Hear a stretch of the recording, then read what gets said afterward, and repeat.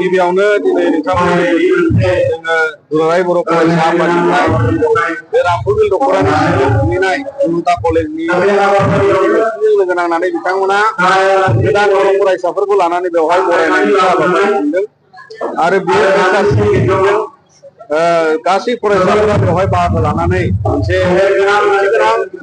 हाबाफारि सोलिदों आरो बेनि गेजेरजों बेखौनो खावलायनो लुबैगोन जे दिनैनि गासै जोंनि गोदान फरायसा जायफोरा उलुदा कलेजाव फरायफैबाय बे ओनसोलजों लोगोसे गुबुन गुबुन जायगानिफ्राय फरायफैयो दा बेबायदि दिनै गोग्गो आरो गुन गोनां सोलोंथाइ लानानै इयुनाव गावखौ खालामनो थाखाय जोंनो बेबायदि मोनसे फसंथाननि गोनांथि जाहैबाय।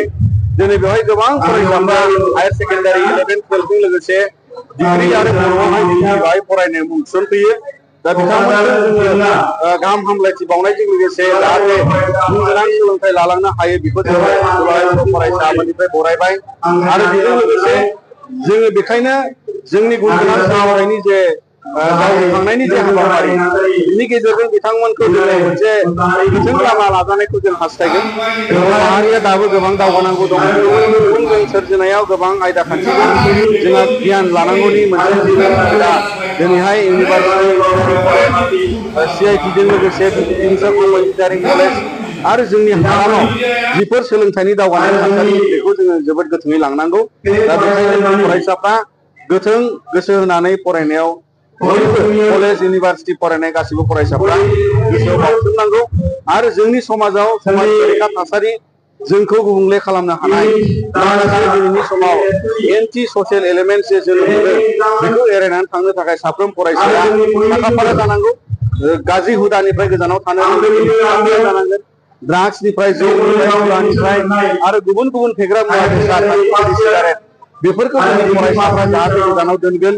मानोना बर' हारिनि गेजेराव जोङो गोबां बेबायदि फरायफुनाय समनि फरायसाफोरखौ जोंनि सोलोंथाइखौ बेफोर खान्थिनिफ्राय आद्रा जानायखौ जों नुयाखै। बयबो गोग्गो सोलोंथाइ लानानै राफोद समाज दानांगौ, बर'आ दावगालांनांगौ आरो गेरेमसा बर' माहारि दानाय बड'फा उपेन्द्रनाथ ब्रह्मनि बोसोनजों लाबोनांगौ, रांखान्थि फेहेरनांगौ, समाज दानांगौ। दा बिनि थाखाय बयबो फरायसाफ्रा जाहाथे गोसो गुदुङै दावगालांनो हायो।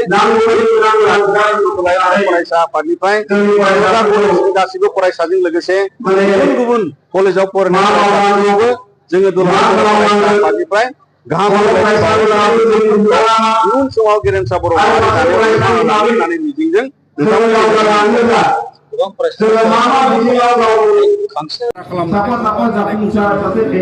बे ड्रप आउट जानाया जोंनि गेजेरनिफ्राय बियो गैया जायोब्ला मोजां। मानोना जों मिजिंथियो हायार सेकेन्डारि फरायनायनि उनाव बिथाङा गुबुन बा गुबुन ITI बायदिसिना भकेसनेल कर्स लानानै दावगालांनायनि खाबु लादोंब्ला बे मोजां।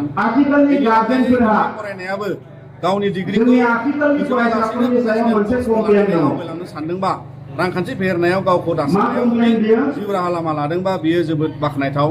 बिनि अनगायै गोबाङा फरायनायखौ फरायखांनानै खालामनानै थाङोबा बिनि बेलायाव माने खालामनांगौ आरो मटिभेट खालामनांगौ जाहाथे रावबो ड्रप आउट जाया, लानानै दावगानो हायोबा जोंनि दावहायाव जोङो बेखौ बाहायनो हायो आरो गावखौनो सासे राफोद सुबुं खालामनायाव